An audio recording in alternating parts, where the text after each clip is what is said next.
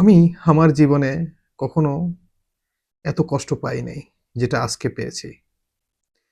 আমার অনেক আত্মীয়-স্বজন মারা গেছে, অনেক শুভাকাঙ্ক্ষী মারা গেছে। কখনো এত দুঃখ, এত কষ্ট পাই নাই। জাস্ট সাধারণভাবেই সবকিছু হয়েছে।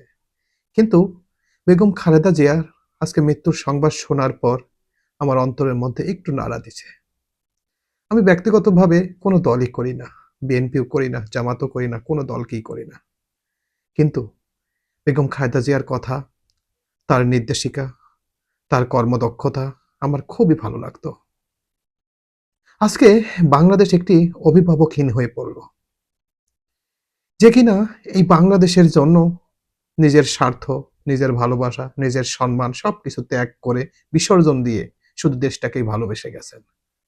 আজকে সেই গুণী ব্যক্তি আমাদের কাছ থেকে চলে গেছেন। আমি এত কষ্ট, এত মর্মাহত কখনোই হই নাই, যেটা আজকে হয়েছে। তো বেগম খালেদা জিয়ার জন্য প্রত্যেকটা মানুষের কাছে রিকোয়েস্ট করব, আপনারা তার জন্য একটু দোয়া করবেন। আমি জানি বাংলাদেশের জনতা সবাই তার জন্য দোয়া করবে, কারণ সে শুধুমাত্র বিএনপির নেত্রী নন, সে হচ্ছে বাংলাদেশের 18 কোটি মানুষের পছন্দের ব্যক্তি। মহান আল্লাহ রাব্বুল আলামিনের কাছে দোয়া করে মহান আল্লাহ রাব্বুল আলামিন যেন তাকে জান্নাতের উচ্চ মাকাম দান করেন।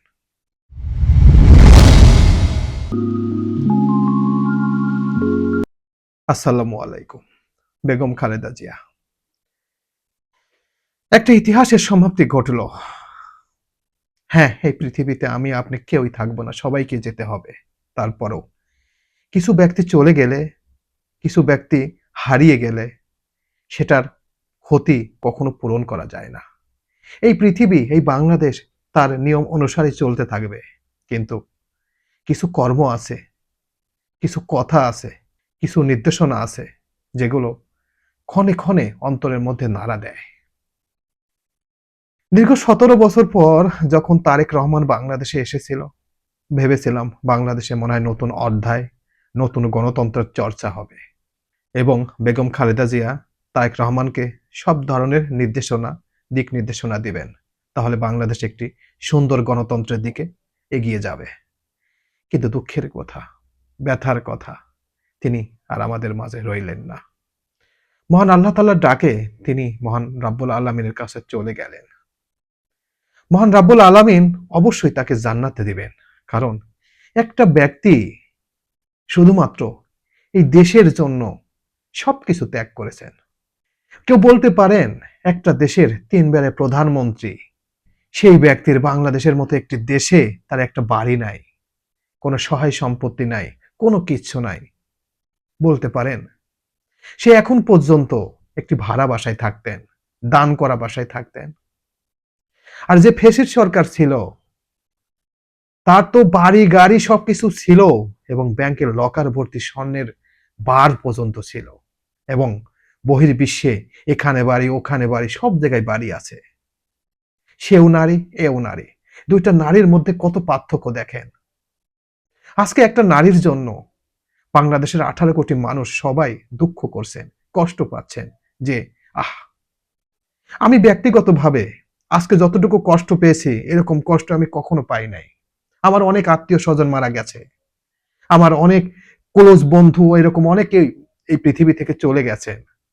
তখন আমি এত কষ্ট, এত দুঃখ পাই নাই, কিন্তু আজকে পেয়েছি। আমরা আশা করতাম যে বাংলাদেশ একটি নতুন গণতন্ত্র ফিরে আসবে। এখন সামনে আসবে কিনা সেটা আমি জানি না, কারণ যে গণতন্ত্রের জন্য যুদ্ধ করেছেন, যে গণতন্ত্রের জন্য তার জীবনে সব সুখ ত্যাগ করেছেন, তিনি আজকে আমাদের মাঝ থেকে চলে গেছেন। জানি না বাংলাদেশে নতুন করে গণতন্ত্র ফিরে আসবে কিনা, কিন্তু আপোষহীন নেত্রী, দেশনেত্রী বেগম খালেদা জিয়া তিনি তো চলে গেলেন। এখন এই ছোট্ট বাংলাদেশের অভিভাবকহীন হয়ে পড়ল। সামনের বাংলাদেশ কিভাবে চলবে সেটাই এখন দেখার বিষয়।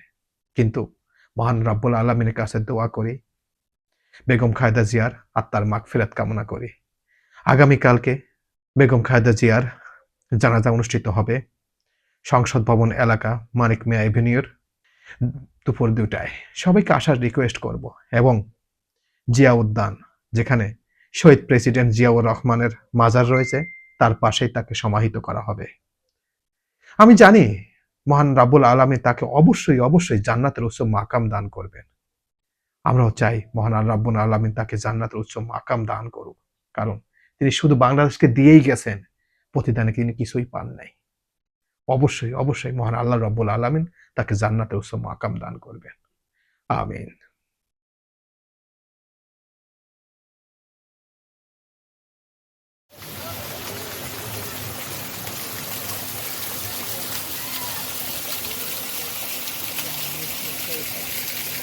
হুম,